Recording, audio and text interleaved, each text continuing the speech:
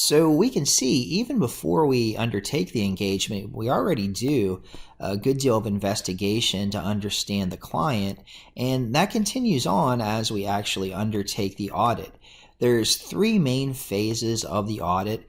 The risk assessment phase, which we're going to look at not only in Chapter 3, but also Chapter 4 specifically, is going to try to identify risks associated with the particular audit. So we're going to continue that investigation of the client's business, the industry, and try to identify any risks that could cause the financial statements to be materially misstated.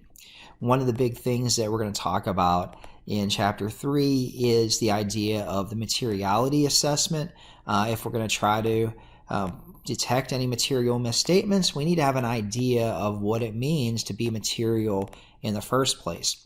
So in this first stage of the audit, this is all about kind of coming up with a plan, developing our audit strategy.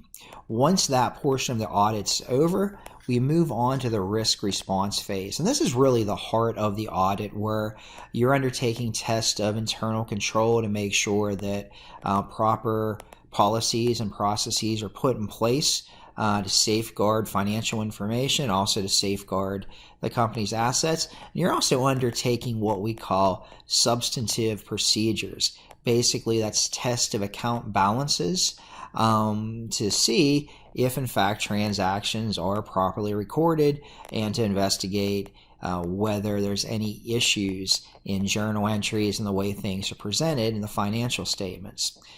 So that's kind of the heart of the audit. We're going to talk a lot about that throughout the class, how to actually go and perform these different tests of controls and test of individual accounts. Then the very last phase of the audit is the creation of the audit report. So we've seen this already. We've taken a look in Chapter 1 at examples of audit reports. Our very last chapter of the book is going to kind of investigate this in a lot more detail.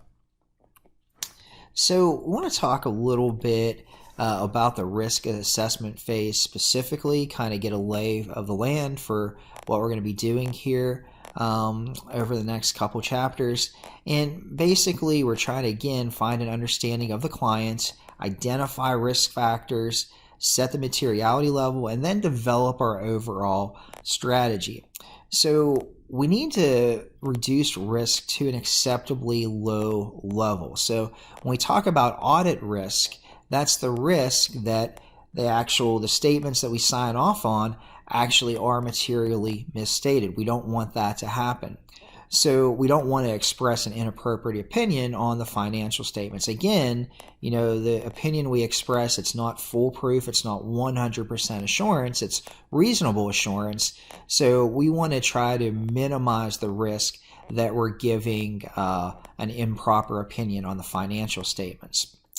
So we have kind of an overarching dynamic here. The idea of materiality, professional skepticism, and audit risk are kind of high-level concerns when we're in the risk assessment phase. So during the risk assessment phase of the audit, we're going to take into account a bunch of different factors when trying to decide what type of risks could hamper the financial statements. For example, we want to understand the internal control. We want to understand IT systems that the company's using. We want to know about corporate governance, understanding lines of communication, the hierarchy within the firm. We want to look into related party transactions. So all of these different factors are going to affect the risk environment for the company.